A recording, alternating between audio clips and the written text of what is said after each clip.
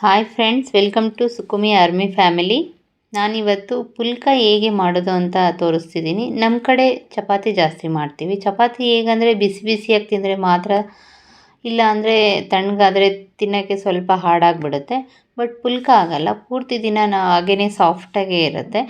ಇದನ್ನು step by step ನೋಡಿದ್ರೆ ಮಾತ್ರ ನಿಮಗೆ ಅರ್ಥ ಆಗುತ್ತೆ. ಇಲ್ಲ ಪರ್ಫೆಕ್ಟಾಗಿ ಬರುತ್ತೆ, ಇಲ್ಲ ಅಂತ ಅಂದರೆ ಎಲ್ಲ ಸೀದೋಗ್ಬಿಡುತ್ತೆ, ಚೆನ್ನಾಗಿರೋದಿಲ್ಲ ನೋಡೋದಕ್ಕೋ ತಿನ್ನೋದಕ್ಕೋ ಏನಕ್ಕೋ.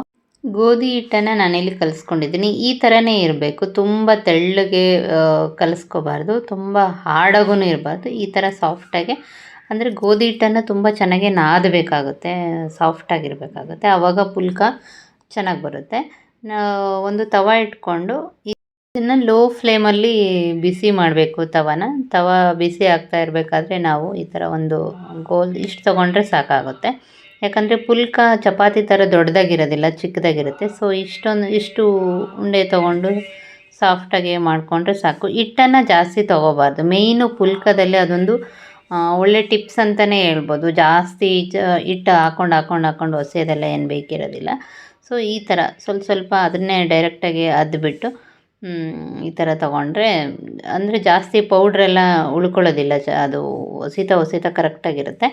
ಸೊ ಈ ಥರ ಇಷ್ಟಾದರೆ ಸಾಕಾಗುತ್ತೆ ಪುಲ್ಕಾಗೆ. ತುಂಬ ದೊಡ್ಡದಾಗೆ ಚಪಾತಿ ಆಗಲ ಏನೂ ಬೇಕಾಗಿಲ್ಲ.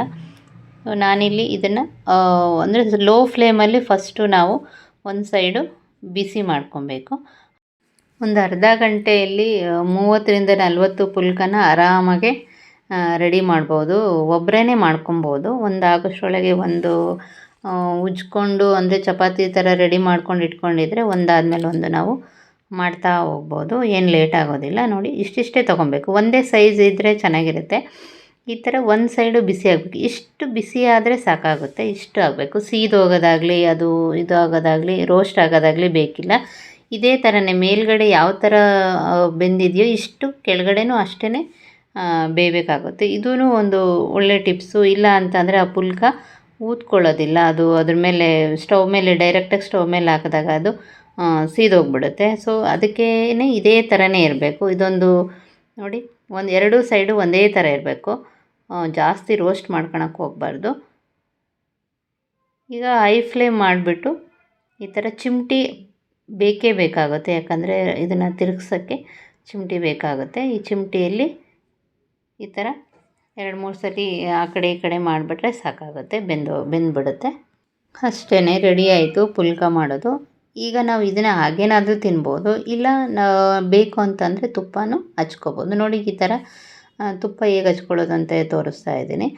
ಸೊ ಯಾವ ಕಡೆ ಹಾರ್ಡಾಗಿರುತ್ತಲ್ವ, ಸಾಫ್ಟ್ ಅಲ್ಲ, ಹಾರ್ಡ್ ಆಗಿರೋ ಕಡೆ ತುಪ್ಪ ಹಾಕಬೇಕು. ಇನ್ನೊಂದು ರೊಟ್ಟಿನ ತೊಗೊಂಡು ಈ ಥರ, ಇದು ಆಪ್ಷನ್ ಅಷ್ಟೇ, ತುಪ್ಪ ಹಚ್ಚೋದು. ನಿಮ್ಮ ಮಕ್ಕಳಿಗೆ ಚೆನ್ನಾಗಿರುತ್ತೆ, ತುಪ್ಪ ಹಚ್ಚಿದ್ರೆ ಚೆನ್ನಾಗಿರುತ್ತೆ. ಇದು ಮೇಯ್ನ್ಲಿ ಲಂಚ್ ಬಾಕ್ಸ್ಗೆ ಚೆನ್ನಾಗಿರುತ್ತೆ. ಲಂಚ್ಗೆ ನೀವು ಫಾಯಿಲ್ ಪೇಪರಲ್ಲಿ ಇದನ್ನು ಫೋಲ್ಡ್ ಮಾಡಿ ಇಟ್ಬಿಟ್ರೆ, ಸೊ ಹೀಗೆ ಬಿಸಿಯಾಗೂ ಇರುತ್ತೆ, ಸಾಫ್ಟಾಗೂ ಇರುತ್ತೆ, ಆಮೇಲೆ ಮೆತ್ತಗೆಲ್ಲ ಆಗೋದಿಲ್ಲ, ತುಂಬ ಚೆನ್ನಾಗಿರುತ್ತೆ.